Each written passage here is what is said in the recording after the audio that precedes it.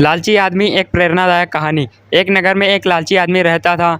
अपार धन संपत्ति होने के बाद भी उसे हर समय और अधिक धन प्राप्ति की लालसा रहती थी। एक बार नगर में एक चमत्कारी संत का आगमन हुआ। लोभी व्यक्ति को जब उनके चमत्कारों के बारे में ज्ञात हुआ तो वह दौड़ा दौड़ा उनके पास गया और उन्हें अपने घर आमंत्रित कर उनकी अच्छी सेवा सुश्रद्धा की। सेवा से प्रसन्न होकर नगर में प्रस्थान करने से पूर्व संत ने उसे 4 दीपक दिए। चारों दीपक देकर संत ने उसे बताया, पुत्र, जब भी तुम्हें धन की आवश्यकता हो तो पहला दीपक जला लेना और पूर्व दिशा में चलते जाना। जहाँ दीपक बुझ जाए उस जगह की जमीन खोद लेना, वहाँ तुम्हें धन की प्राप्ति होगी। उसके उपरांत पुनः तुम्हें धन की आवश्यकता हुई तो दूसरा दीपक जला लेना, जिसे लेकर पश्चिम दिशा में तब तक चलते जाना जब तक वह बुझ ना जाए। उस स्थान से जमीन में गड़ी अपार धन संपदा तुम्हें प्राप्त होगा। धन की तुम्हारी आवश्यकता तब भी पूरी ना हो तो तीसरा दीपक जलाकर दक्षिण दिशा में चलते जाना। जहाँ दीपक बुझे वहाँ की जमीन खोदकर वहाँ का धन प्राप्त कर लेना। अंत में तुम्हारे पास एक दीपक और एक दिशा शेष रहेगी, किंतु तुम्हें न उस दीपक को जलाना है न ही उस दिशा में जाना है। इतना कहकर संत लोभी व्यक्ति के घर और उस नगर से प्रस्थान कर गए।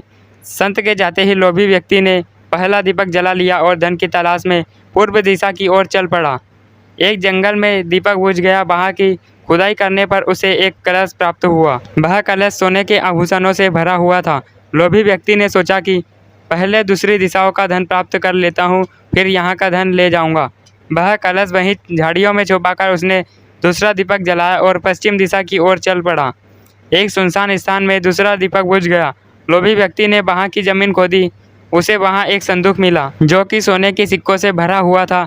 लोभी व्यक्ति ने वह संदूक उसी गड्ढे में बाद में ले जाने के लिए छोड़ दिया।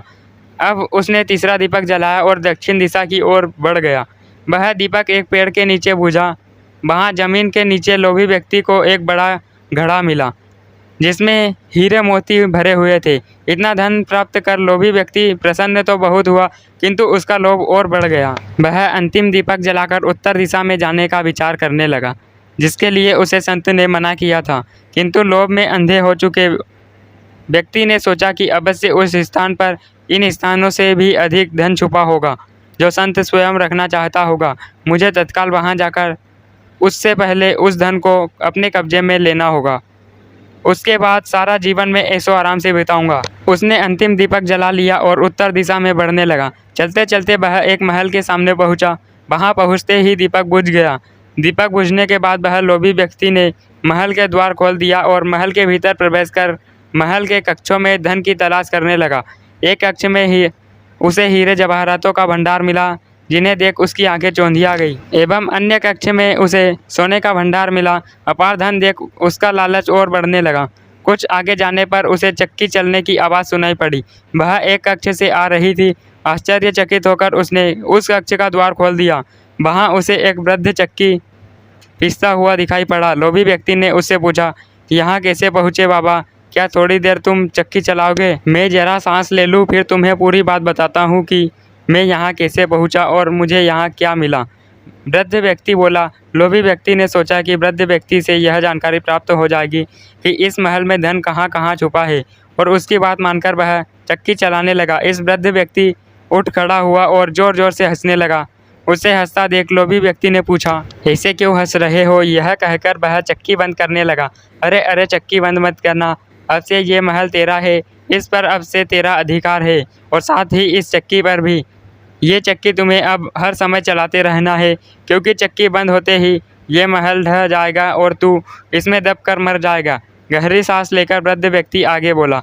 संत की बात न मानकर मैं भी लोभवश आखिरी दीपक जलाकर इस महल में पहुंच गया था।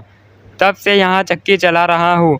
मेरी पूरी जवानी चक्की चलाते चलाते निकल गई। इतना कहकर वृद्ध व्यक्ति वहाँ से जाने लगा। जाते जाते ये बताते जाओ कि इस चक्की से छुटकारा कैसे मिलेगा?